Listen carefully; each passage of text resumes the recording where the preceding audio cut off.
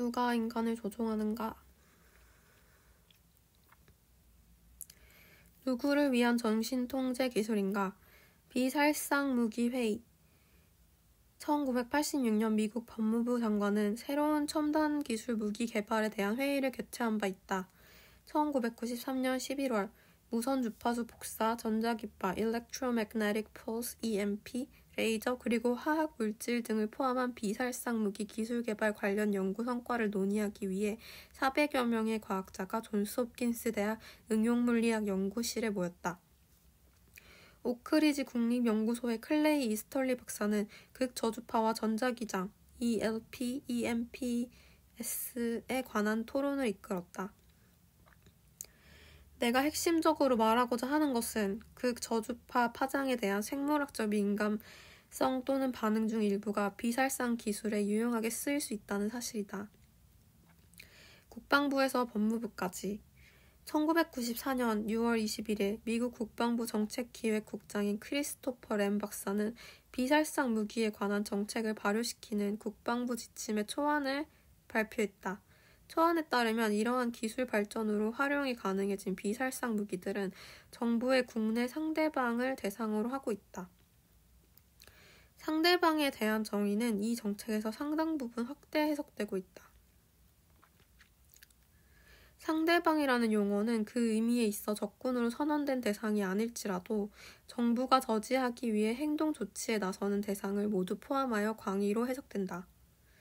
이 정책은 법 집행을 지원하는 연장선이라는 면에서 법적으로 인가된 미군의 비살상 무기의 대내적 사용을 금지하지 않는다.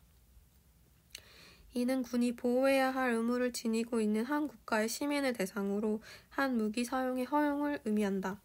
이 정책 성명은 다음과 같은 질문을 던진다. 정부가 저지하기 위해 행동을 취하는 대상인 적이란 도대체 누구를 의미하는가?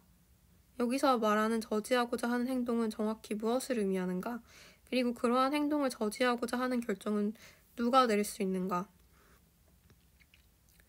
비살상 무기에 대해 우리가 알아야 하는 것은 비살상이라는 용어 자체가 오해의 소지가 있게 의도적으로 설정된 것이라는 점이다. 해당 정책은 더 나아가 이렇게 말한다. 살상 무기가 완벽하게 치명적 손실을 주지 못하는 것처럼 비살상 무기도 의도하지 않은 사망자나 부수적 피해 발생을 예방하지 못할 수 있다는 점을 대중은 이해할 필요가 있다. 이는 다른 말로 표현한다면 새로운 무기를 이용하더라도 불필요한 재산 피해나 인명 피해를 사전에 방지할 수 없다는 것을 의미한다. 이 기술에 대한 기초 연구는 이른바 은닉 예산을 기반으로 하여 진행됐다. 은닉 예산은 비밀을 요하는 CIA 또는 군에 의해 운영되는 정부 연구소나 기타 정보기관들에 의해 운영되는 것으로 존재 자체가 비밀에 쌓여 있어서 의회조차도 이러한 예산이 어떻게 쓰이고 있는지 알지 못할 정도다. 언론이 발표한 보도 내용에 따르면 정부는 그들이 발표한 정책에서 이러한 무기에 잠재된 치명적인 성격을 설명하고 있으면서도 해당 무기 체제와 관련된 위험성을 계속해서 축소하고 있다. 조지 오웰이 제시한 용어인 모호한 말, 더블스피크이라는 어구를 빌리자면 치명적이지 않을 것으로 여겨지는 것이 실제로는 치명적일 수 있다는 것이다. 1994년 중반에 작성된 국제적십자위원회 ICRC 보고서에 따르면 국가안전보장에 중대한 위협이 되는 실제 전쟁에서 사용할 수 없는 물질을 우리 국민에게 사용하는 것을 허가하는 셈이다. 비살상 무기 개발에 관한 정책이 국방부에서 법무부로 이관된 이유를 설명해주고 있다. 국방부가 전쟁에서의 사용을 목적으로 이러한 비살상 무기를 개발하는 것은 현재의 국제법상 위법에 해당된다. 적십자사 보고서는 전쟁에 사용되는 무기가 경찰력의 도구, 즉 폭동 진압 물질로 전환되고 있다고 지적했다. 보고서는 또한 상당 부분을 할애해 고출력 극초단파를 이용한 미래의 무기들을 주제로 한 내용을 다루고 있다. 여기서 설명하는 것들 중 하나가 전자기파 무기다. 사용자는 이 무기를 이용해 핵폭발이 야기할 수 있는 전자회로 파괴 효과를 동일하게 유도해낼 수 있다. 핵폭발과 이 무기의 다른 점은 전자기파 무기는 통제될 수 있다는 것과 핵 무기 관련 조약을 위반하지 않고도 원하는 효과를 낼 수 있다는 점이다. 보고서는 또한 다음의 현상들을 얻어내기 위해 필요한 에너지의 수준을 명시했다. 동물 조직의 과열과 손상, 신경기관에 영향을 줄 가능성, 마이크로파 환청을 가능케 하는 한계점. 이러한 효과들은 10에서 100 사이의 초당 진동수를 갖는 고주파 방사로 인해 발생된다. 고출력극 초단파 무기는 빛의 속도로 공격을 감행하기에 이를 피하는 것은 불가능하다. 따라서 이러한 무기의 사용은 고속도 전술 미사일 같은 무기 체계의 이점을 무력화시킨다.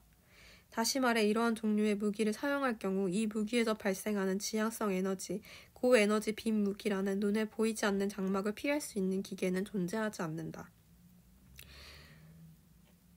이 분야의 기술 진보로 예방적 전쟁, 테러리스트 공격, 기업 목표 또는 정부의 행동에 유용하게 쓰일 수 있는 특정 주파수 코드의 맞춤형 체계를 만들어내는 것이 가능하게 되었다. 실제로 이러한 기술은 존재한다. 또한 이데올로기 차원에서 우리의 상대방 또는 상업적 경제자에 의해 분해되어 모방되거나 심지어는 새롭게 창조될 수 있다. 이런 종류의 무기는 콥 박사가 인터뷰에서 언급했듯이 상대의 전자회로 파괴를 목적으로 개발될 수도 있다. 그러나 인간 신체를 목표로 할 경우에는 비교적 낮은 수준의 에너지만을 필요로 한다. 법적 구속력을 갖고 잘 짜진 전자기 경화 기준을 적용한다면 문제는 일석이조로 해결될 수 있을 것이다. 기술이 세심하게 계획된다면 우리의 건강이나 자유의지에 반하는 그 어떠한 종류의 외부 신호로부터도 우리를 보호할 수 있을 것이다. 국민에 대한 보호와 국가 안전 보장을 동시에 달성할 수 있는 보호장치가 마련되어야 한다. 현재의 법체계에서 이러한 시스템을 구축한 사람들에 의해 발생하는 침입으로부터 우리를 보호하는 것은 불가능하다. 이러한 기술을 비윤리적으로 오용하는 사람들에게 중대한 법적 처벌이 가해져야 한다. 이 문제에 대한 국제적 감시 체계가 마련되어야 함과 동시에 정부와 민간 영역의 내부 고발자에 대한 안전보장 제도 또한 마련되어야 한다. 의미 있는 수준의 내부 고발자 보호법 발의는 미국에서뿐만 아니라 국제적 차원에서도 인류와 모든 사람의 이익을 보호할 수 있는 제도 형성과 함께 논의되어야 한다. 미국의 초당적 외교정책 연구기관인 외교협회 CFR가 발행한 비살상 기술에 관련한 또 다른 보고서는 다음과 같이 지적하고 있다. 미국이 공식적으로 조인한 나이로비 협약은 평화에 대한 해당 국가의 동의 없이 주권 국가에 전자신호를 방송하는 것을 금지한다. 이 보고서는 작전을 비밀리에 시행함으로써 무기 사용 대상이 되는 이른바 피해자들이 이러한 공격이 발생하는 지점에 대한 정보를 알지 못하게 하고 심지어는 공격이 발생한다는 사실조차 인지하지 못하게 할 것을 제안한다.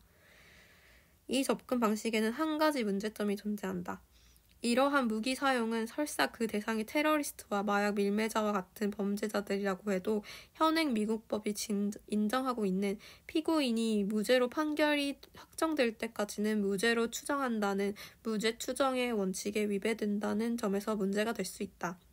다시 말해서 경찰, CIA, 에너지부, DOE, FBI, 국토안보부, DHS 또는 기타 법 집행기관들 자신이 판사나 배심원, 법 집행인이 된다는 것이다. 우리가 고려해야 할 또 다른 흥미로운 문제가 있다. 상대방과 적군의 의미를 확대 해석하여 미국 시민들 또한 그 범주에 포함하고 있는 미 국방부의 비살상 무기 체계에 대한 새로운 정책에 관한 것이다. 적발될 가능성이 거의 없이 사람들의 행동과 사고를 조종할 수 있다는 생각은 여러 도덕적 문제를 야기한다. 비살상 무기체계의 이러한 사용은 표현과 언론의 자유와 관련된 헌법적 권리와도 상충할 것으로 예상된다. 적발될 가능성이 거의 없이 사람들의 행동과 사고를 조종할 수 있다는 생각은 여러 도덕적 문제를 야기한다. 신무기의 개발은 전쟁에서 보편적으로 나타나는 부도덕성을 적나라하게 보여주는데 군이 적군의 사망보다 적군에 대한 정신 조종을 선호한다는 사실이 이를 더욱 명확하게 한다. 이것은 적발될 가능성이 아주 낮으며 이에 대한 반격 대책을 개발하는 것 또한 아주 어려울 것이다. 전자기 복사의 또 다른 가치는 변칙적 현상에 대응할 수 있는 개인의 역량을 제고시킬 수 있다는 것에서 나타난다. 변칙적 현상이란 기존에 미처 설명되지 못한 상황적 요소들을 뜻한다. 이는 인간의 잠재 능력에 있어 기이한 현상으로 보일 수 있는 것들로 초감각적인 현상이나 비범 현상, supernormal phenomena으로 불리기도 한다.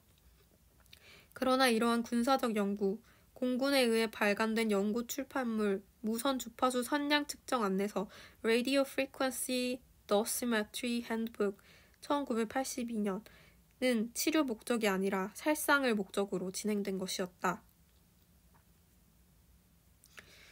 이 출판물의 검토를 맡은 주요 과학자 가운데 한 사람인 헤르만 슈반 박사의 연구에 대한 활용은 군사적 수단이 군사적 목적을 정당화한다는 것을 보여주는 또 다른 사례이기도 하다.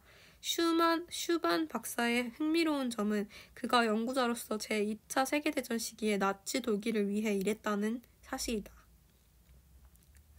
이러한 종류의 기술 개발은 근본적으로 사악한 시도라고 말할 수 있다. 생각은 모든 사람의 근본적 권리다. 어떠한 개인이나 정부도 이러한 방식으로 개인의 자유의지를 침해해서는 안 된다. 또한 이 기술이 기밀에 붙여진다는 사실과 의학계에 공개되고 있지 않다는 사실은 살상이 아닌 치료 목적으로 활용할 기회를 앗아가는 것이다.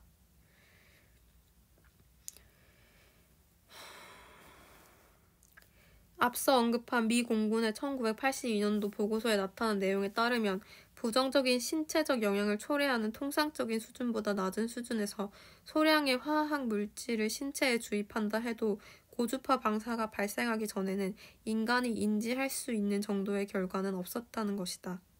고주파 방사가 발생하면 신체에 해로운 생리학적 반응이 나타나게 된다. 그러나 특정인이 고주파 방사 영역에 진입하더라도 화학 물질을 주입받지 않았다면 이러한 생리학적 효과의 영향을 받지 않을 수도 있다. 사이코틀론 공명을 고려하면 소량의 화학 물질을 주입한다는 아이디어의 중요성은 더욱 커진다. 사이클로트론 공명은 복합적 전자기적 상호작용의 결과로 하전입자나 이온이 원운동 또는 궤도 운동을 하기 시작할 때 발생한다. 궤도 속도는 입자의 전하와 무게, 그리고 응용장 applied field의 세기 비율에 의해 결정된다. 적절한 무기 체계에서라면 최대의 부정적 효과를 이끌어내기 위해 마치 라디오 주파수를 맞추는 것처럼 기기 작동자가 세밀하게 조정을 할 수 있을 것이다. 사이코틀론 공명의 개념은 해군 의학연구센터에서 진행된 연구에서 응용된 바 있다. 이 연구는 신체에 이미 존재하고 있는 화학물질이 새로이 주입된 화학물질에 영향을 줌으로써 인체에 미치는 영향을 극대화할 뿐만 아니라 심지어 죽음에 이르게 할 수 있다는 것을 확인했다. 여기서 언급된 소량의 화학물질이 코로나 백신에 들어왔던 것 같습니다.